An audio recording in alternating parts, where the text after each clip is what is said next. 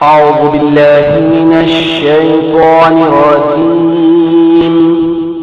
بسم الله الرحمن الرحيم. ألف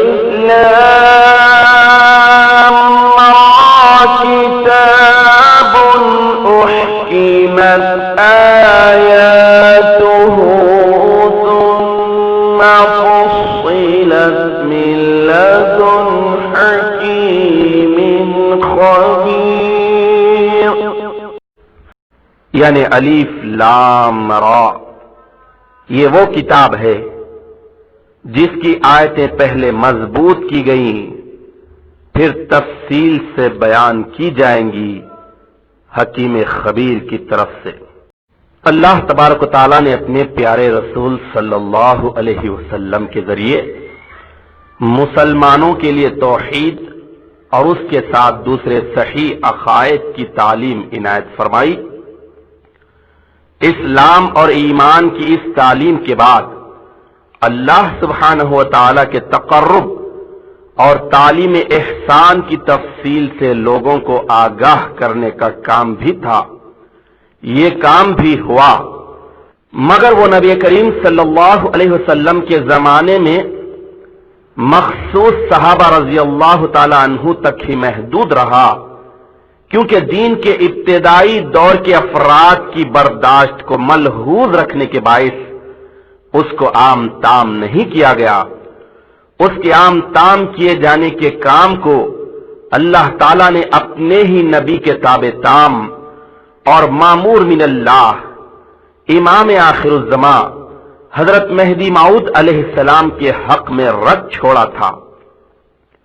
چنانچہ ارشاد فرمایا ہے، الف لام را کتاب احکمت آیاتہ، یہ کتاب یعنی قرآن مجید ایسی کتاب ہے جس کی آیتیں مستحکم اور محکم ہیں۔ اس کے ساتھ ہی ارشاد فرماتا ہے، ثم فصلت من لدن حکیم خبیر اللہ تعبدوا الا اللہ، یعنی ان مستحکم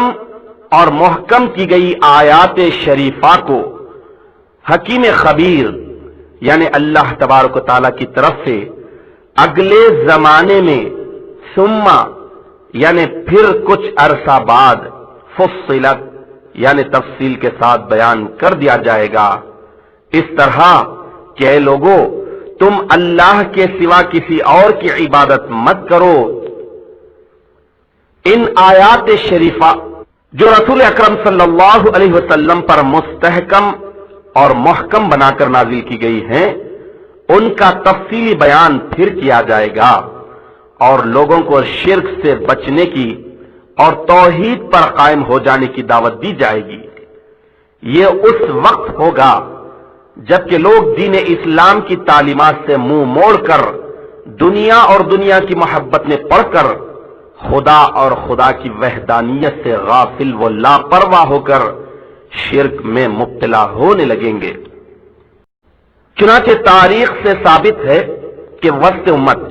یعنی 9ویں صدی ہجری میں ایسا ہی ہوا، تب تجدید دین، شرک سے نجات دلانا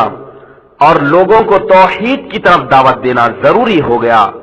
جو مہدی کی ذات سے پورا ہوا۔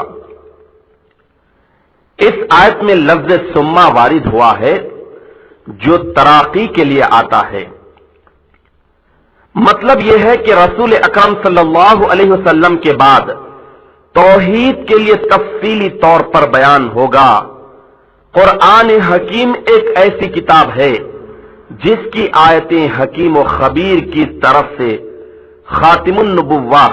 حضرت محمد صلی اللہ علیہ وسلم کی زبان سے مستحکم اور مضبوط کی گئی ہیں،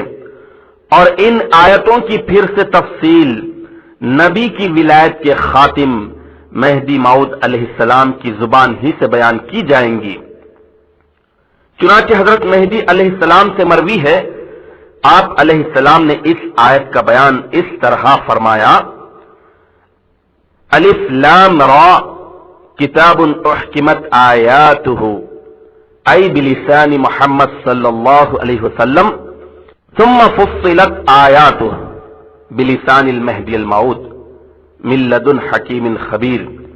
ای ثابت ھذا من عند اللہ بحکم الازل، یعنی استحکام التنزیل بمحمد و استحکام البیان بالمہدی، یعنی یہ ایک ایسی کتاب ہے جس کی آیتیں مضبوط کی گئی ہیں اللہ تعالی کی طرف سے محمد صلی اللہ علیہ وسلم کی زبان سے، پھر تفصیل سے بیان کی جائیں گی اس کی آیتیں مہدی موعود علیہ السلام کی زبان سے حکیم خبیر کی طرف سے۔ مطلب یہ ہے کہ اس کتاب کی آیتیں اللہ تعالی کی طرف سے ازل ہی سے محمد صلی اللہ علیہ وسلم کی زبان سے بلحاظ تنزیل مضبوط ہیں اور مہدی کی زبان سے بلحاظ تفصیل مضبوط ہیں۔ ایسی ہی تشریح اور توضیح میاں عبد الغفور سجاوندی رحمت اللہ علیہ نے بھی اپنے رسالے میں کی ہے، حجدہ آیات صفحہ 30۔ اس آیت شریفہ میں قرآن مجید کی 3 صفتیں بیان ہوئی ہیں، یعنی ایک تو یہ کہ اس کی آیتیں مستحکم ہیں، دوسری یہ کہ تفصیل سے بیان کی جانے والی ہیں، تیسری یہ کہ وہ اللہ تعالی کی طرف سے نازل ہوا ہے۔ مطلب یہ ہے کہ قرآن مجید ایک سچی کتاب ہے اور لائق ہے کہ لوگ اس پر ایمان لائیں اور اس کو اپنی اپنی زندگی کا صحیح معنی میں دستور العمل بنا لیں، کیونکہ وہ ایک ایسی کتاب ہے جس میں نبی کریم صلی اللہ علیہ وسلم کی زبان مبارک سے وہ تمام الفاظ مضبوط اور مستحکم کر دیے گئے ہیں جو حضرت جبرائیل علیہ السلام کے واسطے سے وحی کے ذریعے آپ صلی اللہ علیہ وسلم پر نازل ہوئے تھے، اور ان کے معنی کا بیان حضور سراپا نور صلی اللہ علیہ وسلم کی ولایت کے خاتم اور تابع تام، معصوم عن الخطا، مامور من اللہ، نور مجسم حضور مہدی موعود علیہ السلام کی زبان مبارک سے تفصیل کے ساتھ ہوا ہے۔ کمال یہ ہے کہ الفاظ کی خوبیوں کے ساتھ ساتھ معانی کی خوبیاں بھی اس طرح تفصیل سے ظاہر ہوئیں کہ پھر کہیں کسی قسم کا اجمال اور تشنگی باقی نہ رہی، ہر بات صاف اور واضح ہو گئی۔ پچھلی قوموں کے حالات کی واقفیت کے ساتھ ساتھ امت مسلمہ کو اس کا اپنا مقصود حیات بھی معلوم ہو گیا۔ یہ تفصیل کچھ اس طرح ہوئی کہ بات دل میں اتر گئی اور رگ و ریشہ میں پیوست ہو گئی۔ نہ صرف رب کی وحدانیت کی تعلیم دی گئی بلکہ دار دنیا میں دیدار خدا کی طرف تفصیل کے ساتھ رہبری و رہنمائی فرمائی گئی۔